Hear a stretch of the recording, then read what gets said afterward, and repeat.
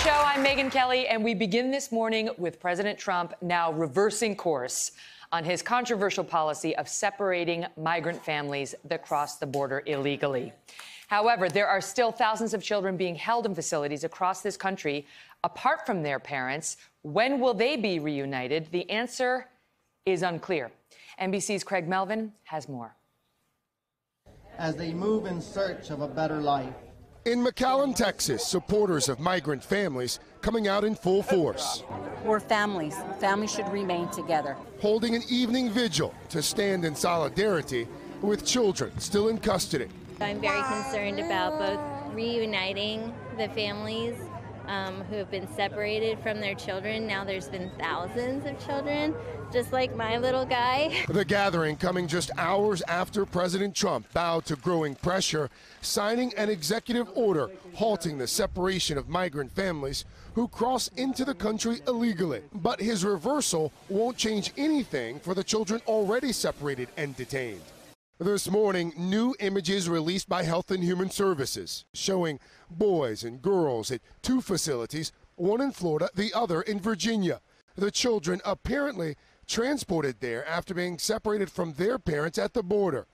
And for the most vulnerable, questions remain. These are some of the first images we have of so-called tender age facilities, shelters reportedly housing babies and young toddlers. No cameras are allowed inside, but an Associated Press report describes some of these shelters as being filled with crying children in crisis. But as the administration is now changing course, many families say the damage has already been done. Elsa Ortiz was deported to Guatemala earlier this month without her son, Anthony. She now fears he will find out she isn't there and will feel abandoned. With a new policy in place, the Border Patrol says the changes should be quick.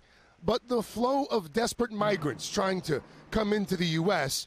is not likely to end anytime soon. What would be the practical impact on your operations here in South Texas? Well, I think you would continue to see a heavy influx of folks trying to cross the river, as we have seen over the last 12 months. And while some living along the border see family separation as necessary, I think it's fantastic. I mean, we cannot sustain this. Others remain dedicated to fighting it. It's not about really anything political. It's just really about doing what's right. So, Megyn, I can tell you after spending some time at that vigil last night, what was confusion and anxiety has really given way to skepticism and suspicion. There are a lot of folks down here who aren't sure if the Trump administration really is going to follow through on the executive order, quite honestly. And there are still a lot of questions surrounding what happens now to those 2,000 plus children who have already been separated from their families. Meanwhile, word late yesterday that three major airlines, United, American, and Frontier, have all said that they do not want their airplanes used to separate children from their parents, used to transport those children who've been separated. Megyn. Craig Melvin. Thank you, Craig. Joining me now to discuss this and other stories making the rounds this morning, please welcome NBC's Jenna Hager and Carson Daly.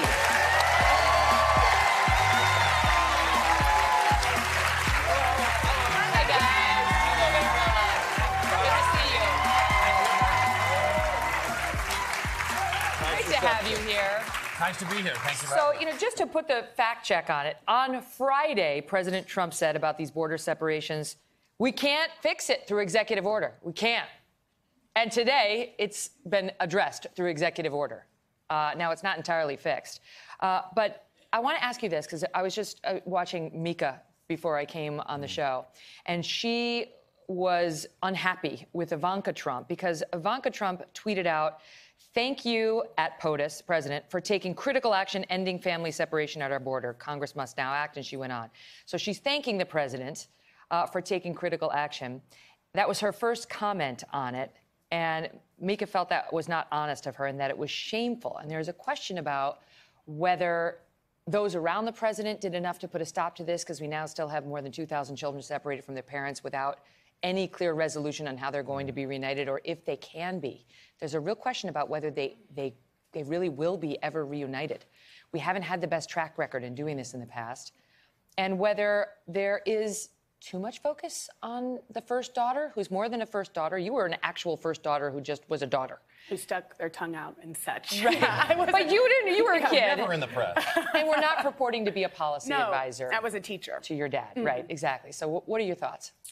Well, first of all, I think that in a country where sometimes we can feel apathetic and like our voices aren't heard, our voices were heard. Y'all's voices were heard. Calling your congresswomen and men and writing in letters, it helped. It did something. And I think in a time where people can feel helpless, we need to take faith in that. It really was a bipartisan outcry. Yes, it was. I mean, I'm proud of my mom, who wrote an op-ed on Monday. Her voice was one of the first. And I love her, of course. That's right. And it's not easy for her. That's not her natural state. No, she doesn't get And political, I also really. think it wasn't the loudest voices. Right. Sometimes the soft, gentle voices were the ones that did the best. Well, that's the thing, is that not only did your mom, Laura Bush, speak out, Melania Trump. Yes. Actually, early. She was one of the first to come out as well and say, I don't like this, essentially, separation of the children. The first daughter, not so much. Didn't say anything, even though she's a policy advisor. And now the White House is trying to say she was the moderating force on Trump, which they always say about Ivanka. That's clearly put out by Ivanka's PR team, because she's trying to hold her left flank, if there's any left, by saying, I can be all things to all people. I can advise President Trump in a way that will make the left love me, but I can still be beloved by the right because I'm the first daughter. I mean, I would submit... Complicated. I would submit it's impossible. It's impossible for her to walk that line. That ship has sailed. Meanwhile, I've got to ask you, because we're talking about parenting issues in general in the news these days, right?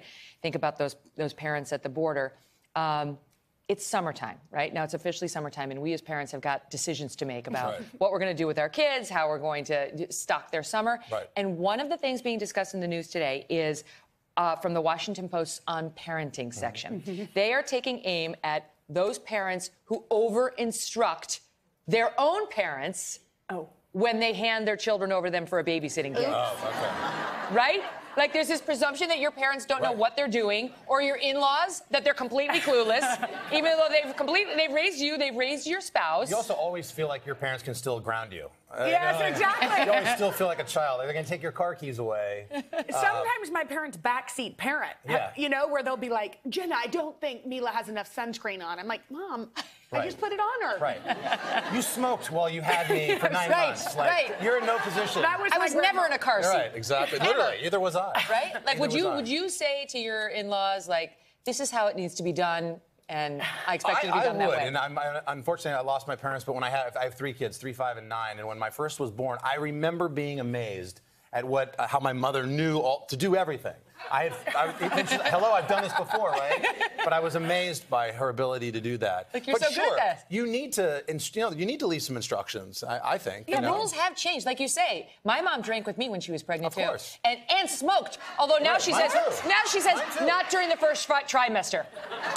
My mom... Just in 2 and 3. Really, Mom? Yeah. My mom... I could have been at NASA. My mom didn't, but my grandmother did, and my dad said that's why it turned out the way he was. That's why I love that. He can't speak English. So I'll tell you, we do give instructions to my mom and Peter when we give our kids over to them for a weekend or so. It makes it easier for them. And they are completely ignored. Yeah. All right? I'll give you ice cream at every meal. Which is fine, too. I got to give you an example. So last August, it was a year ago almost, we gave our older two, who at the time were 7 and 6, now they're 8 and 7, to my mom and Peter. And it was just a day or two, and then we picked them up. I get this text back from my husband. My mom's Linda. This is from, I printed it out. This is from Doug to me. Linda was apparently showing them grizzly shark videos and emphasizing that it is all real and dangerous for them to be in the ocean. I respond, I don't detect an LOL in there. But Doug responds, more of an eye roll than a chuckle. An eye roll chuckle. He says, the report from Yates is pretty amazing. Apparently, board games stopped when you left. Not sure when they found time to sleep. They saw Kung Fu Panda 1, 2, and 3, Alvin and the Chipmunks, Guardians of the Galaxy, some movie named Rock Dog, in addition to a marathon of shark and monster shows as a part of a wall-to-wall TV watching, interrupted only by Nana saying, want another pudding, popsicle, ice cream? They've earned that right. Yeah. I do. I need to crack down harder. Yeah.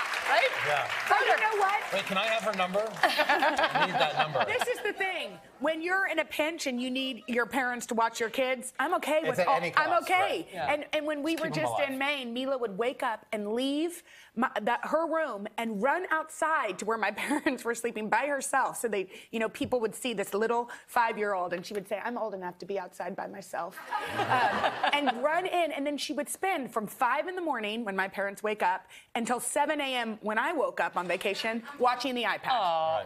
Now wait, we're almost out of time, but I've got to ask you. There's a new fashion trend by Prada out, Carson, and I needed to ask you whether you would do it. Do I look like the Prada type? Super short shorts for men. Super short shorts. You're saying it's almost like a miniskirt. Now, you're a fashionable man. I am not a fashionable man. What do you mean? I own 4 suits, and they're all at the Today Show. When I'm not here, I live in cargo shorts that most people hate. Good for the runway, and good for men who can pull it off. God bless them. They've got to have great legs. How do you think Siri Daly would feel about that? She'd probably give me the VHS tape of Buns of Steel to work it out a little more before I jumped into those. I love Buns of Steel. I think you would look hot. Yeah, I love Buns of abs. Steel, too. I just don't want to do the work that it takes to get there. This is the thing. You have to be a really manly man to wear a short skirt. Yes. Yeah, you do. And in Prada, I'm like a quadruple XL. Prada's medium is like this. That alone. You know what? You should wear St. John. And St. John, it's like you used to be a 10, suddenly you're a 00. Right, okay. Yeah. Oh, I need to go shopping. More people need to do it like St. John does. Yes, Unfortunately, you have to pay prices that have many zeros on them as well. I like a vanity size. Great to have you both here. Thank you for having me. We'll be right back.